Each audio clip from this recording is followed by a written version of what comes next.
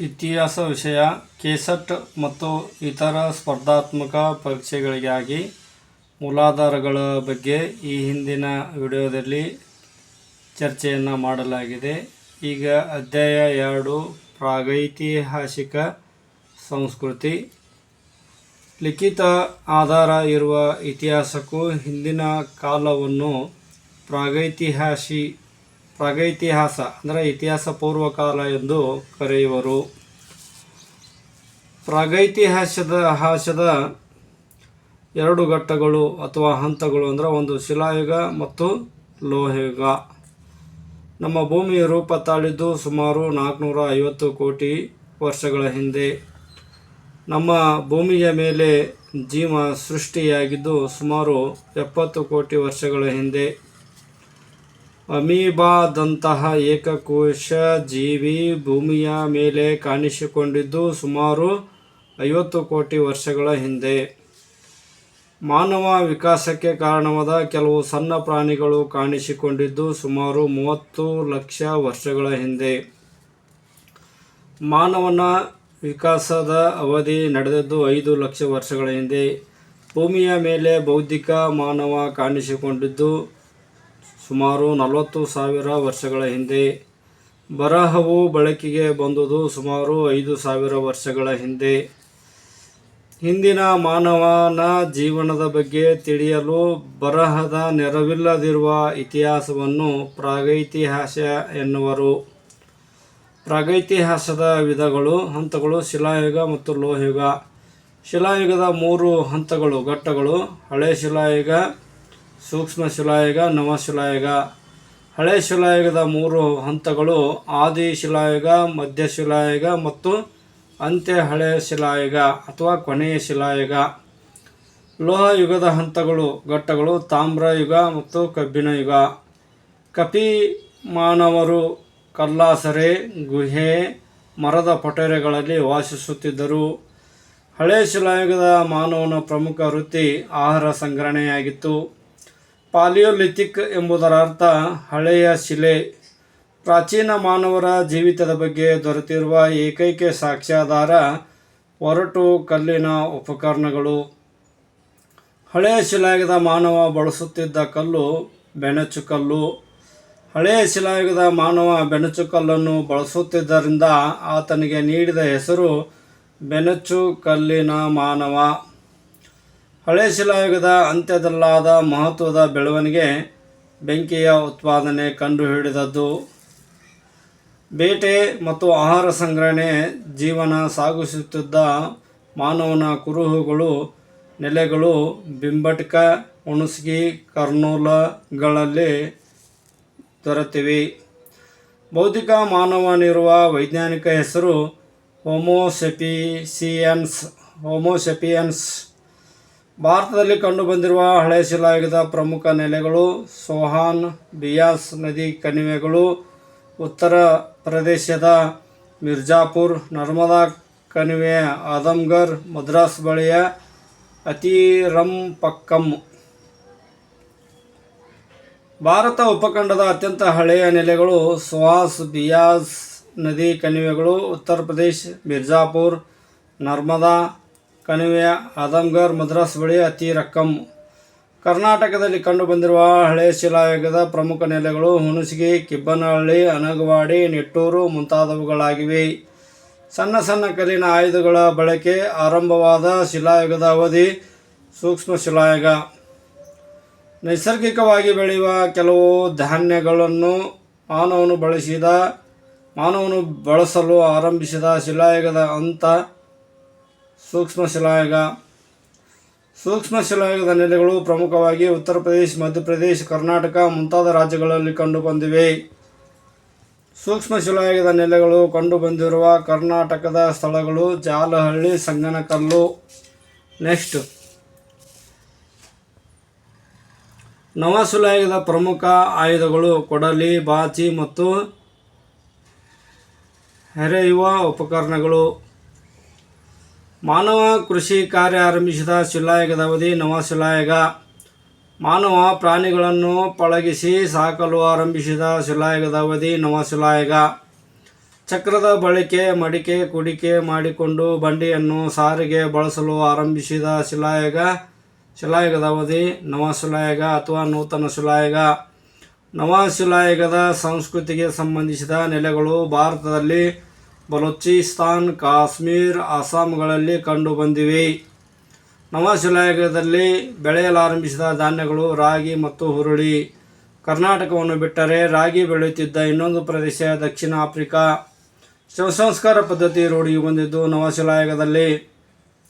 ಕರ್ನಾಟಕದಲ್ಲಿ ನವಶಿಲಾಯುಗದ ನೆಲೆಗಳು ಕಂಡುಬಂದ ಸ್ಥಳಗಳು ಹಳ್ಳೂರು ಹಾವೇರಿ ಜಿಲ್ಲೆ, ತಕ್ಕಲಕೋಟೆ, ಸಂಗನಕಲ್ಲು ಬಳ್ಳಾರಿ ಜಿಲ್ಲೆ, ಟಿ ನರಸೀಪುರ ಮೈಸೂರು ಜಿಲ್ಲೆ, ಕೊಡೇಕಲ್ಲು ಗುಲ್ಬರ್ಗಾ ಜಿಲ್ಲೆ. ಲೋಹ ಯುಗದ ವಿಧಗಳು ತಾಮ್ರದ ಯುಗ, ಕಂಚಿನ ಯುಗ, ಕಬ್ಬಿಣ ಯುಗ. ಮಾನವನು ಮೊದಲು ಬಳಸಿದ ಲೋಹ ತಾಮ್ರ. ಹರಪ್ಪ ಸಂಸ್ಕೃತಿ ಪ್ರಾಗೈತಿಹಾಸಿಕ ಸಂಸ್ಕೃತಿಯ ಲೋಹ ಯುಗಕ್ಕೆ ಸೇರಿದೆ, ಅಂದರೆ ಕಂಚಿನ ಯುಗಕ್ಕೆ ಸೇರಿದೆ. ಕರ್ನಾಟಕದಲ್ಲಿ ಕಂಡುಬಂದಿರುವ ಪ್ರಮುಖ ಲೋಹ ಯುಗದ ನೆಲೆಗಳು ಬ್ರಹ್ಮಗಿರಿ, ಹಳ್ಳೂರು ಹಾವೇರಿ ಜಿಲ್ಲೆ, ಬನಹಳ್ಳಿ, ಕೋಲಾರ, ತೇರದಾಳ ಬಿಜಾಪುರ ಜಿಲ್ಲೆ, ಮೊದಲು ಬರ್ತಿತ್ತು ಈಗ ಬಾಲ್ಕೋಟ್ ಜಿಲ್ಲೆ. ಬೃಹತ್ ಶಿಲಾ ಸಂಸ್ಕೃತಿ ಕಂಡುಬರುವುದು ಕಬ್ಬಿಣ ಯುಗದಲ್ಲಿ. ಕಲ್ಲಿನ ಕೆಲಸ ಸುಲಭವಾಗಲು ಕಾರಣವಾದ ಲೋಹ ಕಬ್ಬಿಣ ಯುಗದ ಬೃಹತ್ ಶಿಲಾ ಸಮಿತಿಗಳು ಕಂಡುಬಂದ ಕರ್ನಾಟಕದ ಸ್ಥಳಗಳು ಕೊಣ್ಣೂರು, ಬೆಳಗಾವಿ, ರಾಜನಕೋಳೂರು, ಗುಲ್ಬರ್ಗಾ, ದೊಡ್ಡಮಳತೆ, ಕೊಡಗು. ಕ್ರಿಸ್ತ ಪೂರ್ವ 600ರಷ್ಟು ಹಿಂದಿನ ಭಾರತದಲ್ಲೇ ಪ್ರಾಚೀನವಾದ ಕಬ್ಬಿಣದ ವಸ್ತುಗಳು ದೊರೆತಿರುವ ಸ್ಥಳ ಹಳ್ಳೂರು ಹಾವೇರಿ. ಕ್ರಿಸ್ತಪೂರ್ವ 300ರಷ್ಟು ಹಿಂದಿನ ಕಾಲದ ಕಬ್ಬಿಣದ ಕುಲುಮೆ ಸಿಕ್ಕಿರುವ ಸ್ಥಳ ಬನಹಳ್ಳಿ, ಕೋಲಾರ. ಪ್ರಾಗೈತಿಹಾಸಿಕದ ಕೊನೆಯ ಆದರೆ ಸ್ಥಿತ್ಯಂತರದ ಹಂತ ಎಂದು ಕರೆಯಲ್ಪಡುವ ಹಂತ ಕಬ್ಬಿಣ ಯುಗ. ಭಾರತದಲ್ಲಿ ಬೂದಿಯ ಕುರುಹುಗಳು ಕರ್ನೂಲಿನ ಬಳಿಯ ಗುಹೆಗಳಲ್ಲಿ ದೊರೆತಿವೆ. ಪ್ರಾಕ್ತನ ಶಾಸ್ತ್ರಜ್ಞರು ನೆಲಮನೆಯೊಂದನ್ನು ಬರ್ಜ್ ಹೋಮ್ನಲ್ಲಿ ಗುರುತಿಸಿದ್ದಾರೆ. ಗೋಧಿ ಹಾಗೂ ಬಾರ್ಲಿಯನ್ನು ಬೆಳೆಯುವುದನ್ನು, ಕುರಿ ಮೇಕೆ ಸಾಕಾಣಿಕೆಯನ್ನು ಕಲಿತಿದ್ದರು ಎಂದು ಹೇಳಲಾಗುವ ಸ್ಥಳ ಮೆಹರ್ಗರ್. ನಮ್ಮ ಗಮನಕ್ಕೆ ಬಂದಿರುವ ಮೊಟ್ಟಮೊದಲ ಹಳ್ಳಿ ಎಂದು ಗುರುತಿಸಲ್ಪಡುವ ಸ್ಥಳ ಮೆಹರ್ಗರ್.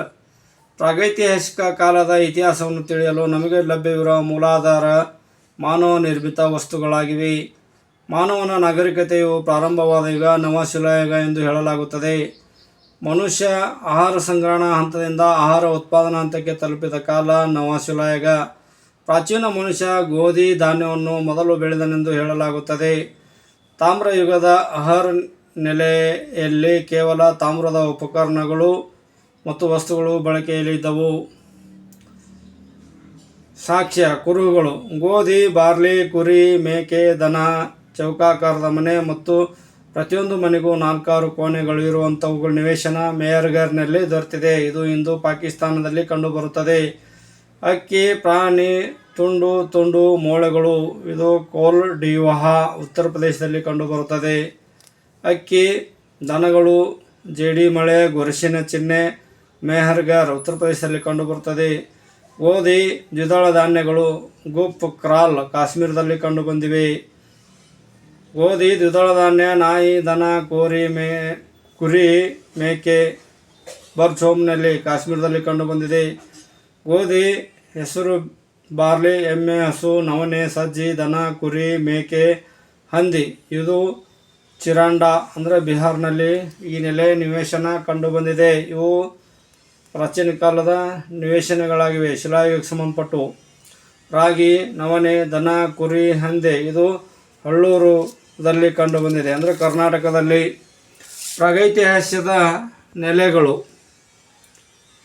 ಹಳೆ ಶಿಲಾಯುಗದ ಪ್ರಮುಖ ನೆಲೆಗಳು ಕಾಶ್ಮೀರ್, ಸೋಹಾನ್ ನದಿ ಕಣಿವೆ, ಉತ್ತರ ಪ್ರದೇಶದ ಬೇಲಾನ್, ನರ್ಮದಾ ಮತ್ತು ತುಂಗಭದ್ರಾ ನದಿ ಕಣಿವೆ, ಮಧ್ಯಪ್ರದೇಶದ ಭಿಂಬಟ್ಕಾ, ತಾರಾ ಮರುಭೂಮಿ, ಭೋಪಾಲ್, ಛೋಟಾ ನಾಗ್ಪುರ್, ತಮಿಳುನಾಡಿನ ತಿರುನೆಲ್ವೇಲಿ, ಆಂಧ್ರದ ಕರ್ನೂಲ್, ಕರ್ನಾಟಕದ ಬೆಳಗಾವಿ ಜಿಲ್ಲೆಯ ಮಲಪ್ರಭಾ ಕಣಿವೆ, ರಾಯಚೂರು ಜಿಲ್ಲೆಯ ಲಿಂಗಸೂರು ಮುಂತಾದವುಗಳಾಗಿವೆ. ಇನ್ನು ಸೂಕ್ಷ್ಮ ಶಿಲಾಯುಗದ ಪ್ರಮುಖ ನೆಲೆಗಳು ಮಧ್ಯಪ್ರದೇಶದ ಛೋಟಾ ನಾಗ್ಪುರ್ ಪ್ರದೇಶ, ದಕ್ಕನ್ ಉತ್ತರ ಪ್ರದೇಶ, ದಕ್ಷಿಣದಲ್ಲಿ ಕೃಷ್ಣಾ ನದಿ ಕಣಿವೆ ಮತ್ತು ಕಾಥೇವಾಡ್, ಕಚ್, ಕರ್ನಾಟಕದ ಸಂಗನಕಲ್ಲು, ಬ್ರಹ್ಮಗಿರಿ, ಗುಜರಾತಿನ ಲಂಗ್ನಜ್, ಸಬರಮತಿ, ರಾಜಸ್ಥಾನದ ಅಜ್ಮೀರ್, ಮಹಾರಾಷ್ಟ್ರದ ಅಹಮದ್ನಗರ್, ಮುಂತಾದವುಗಳಾಗಿವೆ. ಇನ್ನು ನವಶಿಲಾಯುಗದ ಪ್ರಮುಖ ನೆಲೆಗಳು ಕರ್ನಾಟಕದ ಮಸ್ಕಿ, ರಾಯಚೂರು, ದೋಬ್, ಬಳ್ಳಾರಿ ಮತ್ತು ಕಾವೇರಿ ಕಣಿವೆ, ತಮಿಳುನಾಡಿನ ತಿರುನೆಲ್ವೇಲಿ, ಸೇಲಂ, ಆಂಧ್ರದ ಕರ್ನೂಲು, ಹೈದರಾಬಾದ್, ಬಲೂಚಿಸ್ತಾನ್, ಚಿರಾಂದ್, ಬರ್ಚ್ಹೋಮ್, ಪಾಕಿಸ್ತಾನ್, ಸಿಂಧ್ ಪ್ರದೇಶ ಮುಂತಾದವುಗಳಾಗಿವೆ. ಇನ್ನು ಪ್ರಾಗೈತಿಹಾಸಿಕದ ಕಾಲ ಅವಧಿ ಹಳೆಯ ಶಿಲಾಯುಗ 40,000ರಿಂದ 10,000ವರೆಗೆ ಸಾಮಾನ್ಯ ಶಕೆ ಪೂರ್ವ. ಸೂಕ್ಷ್ಮ ಶಿಲಾಯುಗ 10,000ರಿಂದ 8,000ವರೆಗೆ ಸಾಮಾನ್ಯ ಶಕೆ ಪೂರ್ವ. ನವಶಿಲಾಯುಗ 8,000ರಿಂದ 4,000ವರೆಗೆ ಸಾಮಾನ್ಯ ಶಕೆ ಪೂರ್ವ. ಉತ್ತರ ಭಾರತದಲ್ಲಿ ನವಶಿಲಾಯುಗವನ್ನು ತಾಮ್ರಯುಗ ಅನುಸರಿಸಿತು. ದಕ್ಷಿಣ ಭಾರತದಲ್ಲಿ ನವಶಿಲಾಯುಗವನ್ನು ಕಬ್ಬಿಣ ಯುಗ ಅನುಸರಿಸಿತು. ಅಧ್ಯಾಯ 2 ಸಿಂಧೂ ಬಯಲಿನ ನಾಗರಿಕತೆ. ಭಾರತದಲ್ಲಿ ಸಿಂಧೂ ನದಿಯ ಬಯಲಿನಲ್ಲಿ ಬೆಳೆದ ಬಂದ ನಾಗರಿಕತೆ ಹರಪ್ಪ ನಾಗರಿಕತೆ ಅಥವಾ ಸಂಸ್ಕೃತಿ. ಹರಪ್ಪ ನಾಗರಿಕತೆಗೆ ಅಥವಾ ಸಂಸ್ಕೃತಿಗೆ ಇರುವ ಇತರ ಹೆಸರುಗಳು ಸಿಂಧೂ ಬಯಲಿನ ನಾಗರಿಕತೆ, ಪ್ರಾಗ್ಭಾರತೀಯ ನಾಗರಿಕತೆ, ಸರಸ್ವತಿ ನಾಗರಿಕತೆ ಇನ್ನೂ ಮುಂತಾದ ಹೆಸರುಗಳಿವೆ. ಸಿಂಧೂ ಬಯಲು ನಾಗರಿಕತೆಯನ್ನು ಮೊಟ್ಟ ಮೊದಲಿಗೆ ಪತ್ತೆ ಹಚ್ಚಿದ್ದು ಹರಪ್ಪ ಮತ್ತು ಮೊಹೆಂಜೊದಾರೊಗಳಲ್ಲಿ. ಹರಪ್ಪ ನಗರವನ್ನು ಪತ್ತೆ ಹಚ್ಚಿದ ಪುರಾತತ್ವ ಇಲಾಖೆಯ ಅಧಿಕಾರಿ ದಯಾರಾಮ್ ಸೈನಿ. ಸಿಂಧೂ ನಾಗರಿಕತೆಯ ಮೊಟ್ಟ ಮೊದಲ ಅವಶೇಷಗಳು ಹರಪ್ಪದಲ್ಲಿ ಉತ್ಖನನವಾದವು. ಸಿಂಧೂ ನಾಗರಿಕತೆಯ ಜನರಿಗೆ ಕಬ್ಬಿಣ ತಿಳಿದಿರಲಿಲ್ಲ ಎಂದು ಹೇಳಲಾಗುತ್ತದೆ. ದಯಾರಾಮ್ ಸೈನಿ ಅವರು ಹರಪ್ಪ ನಗರವನ್ನು ಕ್ರಿಸ್ತಶಕ 1921ರಲ್ಲಿ ಪತ್ತೆ ಹಚ್ಚಿದರು. ಗುಜರಾತ್ ರಾಜ್ಯದಲ್ಲಿರುವ ಹರಪ್ಪ ನಾಗರಿಕತೆಯ ಪ್ರಸಿದ್ಧ ನೆಲೆ ಲೋಥಾಲ್ ಆಗಿದೆ. ಮೊಹೆಂಜೊದಾರೋ ನಗರವನ್ನು ಪತ್ತೆ ಹಚ್ಚಿದ ಪುರಾತತ್ವ ಇಲಾಖೆಯ ಅಧಿಕಾರಿ ಆರ್.ಡಿ. ಬೆನರ್ಜಿ ಅವರಾಗಿದ್ದಾರೆ. ಆರ್.ಡಿ. ಬೆನರ್ಜಿ ಅವರು ಹರಪ್ಪ ನಗರವನ್ನು ಕ್ರಿಸ್ತಶಕ 1922ರಲ್ಲಿ ಪತ್ತೆ ಹಚ್ಚಿದರು. ಪಾಕ್ನಲ್ಲಿರುವ ಮಾಂಟಿಗೋಮರಿ ಜಿಲ್ಲೆಯಲ್ಲಿರುವ ಹರಪ್ಪ ನಾಗರಿಕತೆಯ ಪ್ರಮುಖ ನೆಲೆ ಹರಪ್ಪ ಆಗಿದೆ. ಹರಪ್ಪ ನಗರ ರಾವಿ ನದಿ ದಡದಲ್ಲಿ ನೆಲೆಗೊಂಡಿದೆ. ಪಾಕಿಸ್ತಾನ್ ಸಿಂಧ್ ಪ್ರಾಂತ್ಯದ ಲಕ್ನಾ ಜಿಲ್ಲೆಯಲ್ಲಿರುವ ಹರಪ್ಪ ನಾಗರಿಕತೆಯ ಪ್ರಮುಖ ನೆಲೆ ಮೊಹೆಂಜೊದಾರೋ ಆಗಿದೆ. ಹರಪ್ಪ ಸಂಸ್ಕೃತಿಗೆ ಸಂಬಂಧಿಸಿದ ಅವಶೇಷಗಳನ್ನು ಹೊರತುಪಡಿಸಿ ಲಭ್ಯವಿರುವ ಪ್ರಮುಖ ಆಧಾರಗಳು ಮುದ್ರೆಗಳು ಸುಮಾರು 3,000ಕ್ಕಿಂತ ಹೆಚ್ಚು. ಹರಪ್ಪನರ ಮುದ್ರೆಗಳ ತಯಾರಿಕೆಗೆ ಬಳಸಿದ ವಸ್ತುಗಳು ಮೋಳೆ, ಮೃದುಶಿಲ, ಜೇಡಿಮಣ್ಣು. ಇತ್ತೀಚೆಗೆ ಪತ್ತೆ ಹಚ್ಚಲಾಗಿರುವ ಗುಜರಾತಿನ ಕಚ್ನಲ್ಲಿರುವ ಸಿಂಧೂ ಸಂಸ್ಕೃತಿಯ ನೆಲೆ ಧೋಲ್ವೀರ್ 1990-92ರಲ್ಲಿ ಪತ್ತೆ ಹಚ್ಚಲಾಗಿದೆ. ಅದನ್ನು ಸಿಂಧೂ ಭಾಷೆಯಲ್ಲಿ ಮೊಹೆಂಜೊದಾರೋ ಎಂದರೆ ಸತ್ತವರ ದಿಬ್ಬ ಅಥವಾ ಮಡಿದವರ ದಿಬ್ಬ ಎಂದು ಕರೆಯಲಾಗುತ್ತದೆ. ನೆಕ್ಸ್ಟ್, ಗುಜರಾತಿ ಭಾಷೆಯಲ್ಲಿ ಲೋಥಾಲ್ ಎಂದರೆ ಸತ್ತವರ ದಿಬ್ಬ. ಗುಜರಾತಿನ ಕ್ಯಾಂಬೆ ತೀರದ ಲೋಥಾಲ್ ಹಡಗುಕಟ್ಟೆಯನ್ನು ಪತ್ತೆ ಮಾಡಿದವರು ಎಸ್.ಆರ್. ರಾವ್ ಅವರು. ಶಿಕಾರಿಪುರ್ ರಘುನಾಥ ರಾವ್. ಹರಪ್ಪನರ ಮನೆಗಳ ನಿರ್ಮಾಣಕ್ಕೆ ಬಳಸುತ್ತಿದ್ದ ಪ್ರಮುಖ ವಸ್ತುಗಳು ಸುಟ್ಟ ಮತ್ತು ಒಣಗಿದ ಇಟ್ಟಿಗೆಗಳನ್ನು. ಉಗ್ರಾಣಗಳು ಕಂಡುಬಂದಿರುವ ಹರಪ್ಪ ಸಂಸ್ಕೃತಿಯ ನೆಲೆ ಹರಪ್ಪ. ಸ್ನಾನಕೊಳ ಪತ್ತೆಯಾಗಿರುವ ಹರಪ್ಪ ಸಂಸ್ಕೃತಿಯ ನೆಲೆ ಮೊಹೆಂಜೊದಾರೋ. ಕ್ಯಾಂಬೆ ಕೊಲ್ಲೆಯಲ್ಲಿ ಕಂಡುಬಂದಿರುವ ಹರಪ್ಪನರ ಹಡಗುಕಟ್ಟೆ ಲೋಥಾಲ್ ನೆಲೆಯನ್ನು ಉತ್ಖನನ ಮಾಡಿದವರ ಸಂಶೋಧಕರು ಎಸ್.ಆರ್. ರಾವ್ ಅವರು. ಎಸ್.ಆರ್. ರಾವ್ ಅವರು ಲೋಥಾಲ್ ಅನ್ನು ಕ್ರಿಸ್ತಶಕ 1957-1959ರಲ್ಲಿ ಉತ್ಖನನವನ್ನು ಮಾಡಿದರು. ಇತ್ತೀಚೆಗೆ ಪತ್ತೆ ಮಾಡಿದ ಗುಜರಾತಿನ ದೊಡ್ಡ ನಿವೇಶನ ಧೋಲ್ವೀರ್ ಆಗಿದೆ. 10 ದೊಡ್ಡ ಅಕ್ಷರಗಳ ಹರಪ್ಪ ಲಿಪಿಯ ಫಲಕ ದೊರೆತಿರುವುದು ಧೋಲ್ವೀರ್ನಲ್ಲಿ. ಲೋಹಗಳಿಗೆ ಸಂಬಂಧಿಸಿದಂತೆ ಹರಪ್ಪನರ ಜ್ಞಾನ ಚಿನ್ನ, ಬೆಳ್ಳಿ, ತಾಮ್ರ ತಿಳಿದಿತ್ತು, ಆದರೆ ಕಬ್ಬಿಣ ಅವರಿಗೆ ತಿಳಿದಿರಲಿಲ್ಲ. ಆದರೆ ಇತ್ತೀಚಿನ ಸಂಶೋಧನೆಗಳು ಕಬ್ಬಿಣ ತಿಳಿದಿತ್ತೆಂದು ಹೇಳಲಾಗುತ್ತದೆ. ಹರಪ್ಪನರ ನಾಗರಿಕತೆಯ ವಿಶಿಷ್ಟ ಲಕ್ಷಣ ಅವರ ನಗರ ಯೋಜನೆಯಾಗಿದೆ. ಹರಪ್ಪನರ ಮುಖ್ಯ ಕಸುಬು ಕೃಷಿ ಮತ್ತು ವ್ಯಾಪಾರವಾಗಿದೆ. ನೃತ್ಯ ಭಂಗಿಯ ಕಂಚಿನ ವಿಗ್ರಹ ದೊರೆತಿರುವ ಹರಪ್ಪ ಸಂಸ್ಕೃತಿಯ ನೆಲೆ ಮೊಹೆಂಜೊದಾರೋವಿನಲ್ಲಿದೆ. ಕ್ರೀಡಾಂಗಣ ಕಂಡುಬಂದಿರುವ ಹರಪ್ಪ ಸಂಸ್ಕೃತಿಯ ನೆಲೆ ಧೋಲ್ವೀರ್ ಆಗಿದೆ. ಹರಪ್ಪ ನಾಗರಿಕತೆ ಯಾವ ಯುಗಕ್ಕೆ ಸೇರಿದ್ದು? ಕಂಚಿನ ಯುಗಕ್ಕೆ ಸೇರಿದೆ. ಹರಪ್ಪನರ ಪ್ರಮುಖ ಸಾಕು ಪ್ರಾಣಿಗಳು ಯಾವುವು? ದನ, ಎಮ್ಮೆ, ಆಡು, ಕುರಿ, ಕತ್ತೆ, ಬೆಕ್ಕು, ನಾಯಿ, ನವಿಲು. ಸಿಂಧೂ ನಾಗರಿಕತೆಯ ಜನರಿಗೆ ಪ್ರಿಯವಾದ ಪ್ರಾಣಿ ಯಾವುದು? ಡುಬ್ಬದ ಗೂಳಿ. ಹರಪ್ಪನರ ಹೊರಲು ಬಳಸುತ್ತಿದ್ದ ಪ್ರಾಣಿಗಳು ಕತ್ತೆ ಮತ್ತು ಒಂಟೆಗಳಾಗಿವೆ. ಹರಪ್ಪನರಿಗೆ ಪರಿಚಯವಿದ್ದ ಇತರ ಕೆಲವು ಪ್ರಮುಖ ಕಾಡು ಪ್ರಾಣಿಗಳೆಂದರೆ ಆನೆ, ಹುಲಿ, ಗೆಂಡಾಮೃಗಗಳಾಗಿವೆ. ಹರಪ್ಪ ನಾಗರಿಕತೆಯ ಜನರು ಆಭರಣ ತಯಾರಿಕೆಗೆ ಬಳಸುತ್ತಿದ್ದ ಲೋಹಗಳು ಚಿನ್ನ, ಬೆಳ್ಳಿ, ತಾಮ್ರಗಳಾಗಿವೆ. ಹರಪ್ಪನರು ಕನ್ನಡಿಗಳ ತಯಾರಿಕೆಗೆ ಕಂಚನ್ನು ಬಳಸುತ್ತಿದ್ದರು. ಹರಪ್ಪನರ ಮುದ್ರೆಗಳಲ್ಲಿ ಚಿತ್ರಿತವಾಗಿರುವ ಕೆಲವು ಪ್ರಾಣಿಗಳು ಬ್ರಾಹ್ಮಿ, ನಂದಿ, ಏಕಶೃಂಗಿ ಇತ್ಯಾದಿಗಳಾಗಿವೆ. ಹರಪ್ಪ ನಾಗರಿಕತೆಯ ಮನೆ ತಯಾರಿಕಾ ಕಾರ್ಖಾನೆಗಳಿದ್ದ ಸ್ಥಳಗಳು ಚನ್ನೋದಾರೋ, ಲೋಥಾಲ್. ಸಿಂಧೂ ಬಯಲಿನಲ್ಲಿ ದೊರೆತಿರುವ ಗಡ್ಡಧಾರಿ ಪುರುಷನ ಪ್ರತಿಮೆಯನ್ನು ಯೋಗಿ ಎಂದು ಊಹಿಸಲಾಗಿದೆ. ಲಿಂಗ ಮತ್ತು ವೃಕ್ಷ ಪೂಜೆಗಳ ಅಸ್ತಿತ್ವದಲ್ಲಿದ್ದ ಭಾರತದ ಪ್ರಾಚೀನ ನಾಗರಿಕತೆ ಸಿಂಧೂ ಬಯಲಿನ ನಾಗರಿಕತೆ. ಹರಪ್ಪನರು ಆರಾಧಿಸುತ್ತಿದ್ದ ಪ್ರಮುಖ ದೇವ ಪಶುಪತಿ. ಹರಪ್ಪನರ ಪ್ರಮುಖ ದೇವತೆ ಮಾತೃದೇವತೆ. ಹರಪ್ಪ ಸಂಸ್ಕೃತಿಯಲ್ಲಿ ಅಶ್ವತ್ಥ ವೃಕ್ಷದ ಕೊಂಬೆಗಳ ಮಧ್ಯೆ ದೈವವೊಂದನ್ನು ಚಿತ್ರಿಸಿರುವುದು ಮುದ್ರೆಯೊಂದರಲ್ಲಿ ಕಂಡುಬಂದಿದೆ. ದಂಪತಿಗಳನ್ನು ಒಂದೇ ಸಮಾಧಿಯಲ್ಲಿ ಹೂತು ಉದಾಹರಣೆ ಇರುವ ಹರಪ್ಪನರ ನೆಲೆ ಲೋಥಾಲ್ನಲ್ಲಿನ ಸಮಾಧಿಯಲ್ಲಿ ಕಂಡುಬರುತ್ತದೆ. ಸಿಂಧೂ ಜನರು ಬಳಸುತ್ತಿದ್ದ ಲಿಪಿ ಚಿತ್ರಲಿಪಿಯಾಗಿದೆ. ಸಿಂಧೂ ಜನರು ಬಳಸುತ್ತಿದ್ದ ಲಿಪಿಯೊಂದು ಅಂಕಸೂಚಕ ಎಂದಿರುವ ವಿದ್ವಾಂಸರು ಬಿ. ಸುಬ್ಬರಾಯಪ್ಪನವರಾಗಿರುತ್ತಾರೆ. 7 ಬಾರಿ ನಿರ್ಮಿತವಾಗಿರುವ ಸಿಂಧೂ ಬಯಲಿನ ನಗರ ಮೇಂಜೋದಾರಾಗಿದೆ. ಸಿಂಧೂ ನಾಗರಿಕತೆಯ ನಾಶಕ್ಕೆ ಕಾರಣವಾಗಿರಬಹುದಾದ ಆಕ್ರಮಣಕಾರಿ ಜನಾಂಗ ಆರ್ಯರಾಗಿರುತ್ತಾರೆ. ಹರಪ್ಪನರು ಪೂಜಿಸುತ್ತಿದ್ದ ಪ್ರಮುಖ ವೃಕ್ಷಗಳು ಅಶ್ವತ್ಥ ವೃಕ್ಷ, ಅರಳಿ ಮರ, ಬೇವಿನ ಮರಗಳಾಗಿವೆ. ಹರಪ್ಪನರ ಪವಿತ್ರ ಪ್ರಾಣಿ ಎಂದು ತಿಳಿದು ಪೂಜಿಸುತ್ತಿದ್ದ ಪ್ರಾಣಿ ಡುಬ್ಬದ ಗೂಳಿಯಾಗಿದೆ. ಹರಪ್ಪ ಸಂಸ್ಕೃತಿಯ ಕಾಲದಲ್ಲಿ ಬಹು ವ್ಯಾಪಕವಾಗಿ ಬಳಕೆಯಲ್ಲಿದ್ದ ಲೋಹ ಕಂಚು. ಹರಪ್ಪನರು ಹೆಚ್ಚಾಗಿ ತಾಮ್ರವನ್ನು ಬಲೂಚಿಸ್ತಾನ್ ಮತ್ತು ಖೇತ್ರಿ ಗಣಿಯಿಂದ ಪಡೆಯುತ್ತಿದ್ದರು. ಇದು ಎಲ್ಲ ಸ್ಪರ್ಧಾತ್ಮಕ ಪರೀಕ್ಷೆಗಳಿಗೆ ಬಹಳಷ್ಟು ಉಪಯುಕ್ತವಾಗಿದೆ. ಅಭ್ಯರ್ಥಿಗಳು ಇದನ್ನು ಸರಿಯಾಗಿ ಗಮನವಿಟ್ಟು ನೋಡಿಕೊಂಡು ಕಾಂಪಿಟೇಟಿವ್ ಎಕ್ಸಾಮ್ನಲ್ಲಿ ಯಶಸ್ಸನ್ನು ಪಡೆದುಕೊಳ್ಳಬೇಕೆಂದು ವಿನಂತಿ. ಈ ವಿಡಿಯೋವನ್ನು ಸಂಪೂರ್ಣವಾಗಿ ನೋಡಿರಿ, ಸಬ್ಸ್ಕ್ರೈಬ್ ಮಾಡಿರೆಂದು ತಮ್ಮಲ್ಲಿ ವಿನಂತಿಸಿಕೊಳ್ಳುತ್ತೇನೆ. ತಮ್ಮ ಅಭಿಪ್ರಾಯಗಳೇನಾದರೂ ಇದ್ದರೂ ನನಗೆ ಕಮೆಂಟ್ಸ್ ಮೂಲಕ ತಿಳಿಸಿರೆಂದು ವಿನಂತಿಸಿಕೊಳ್ಳುತ್ತೇನೆ.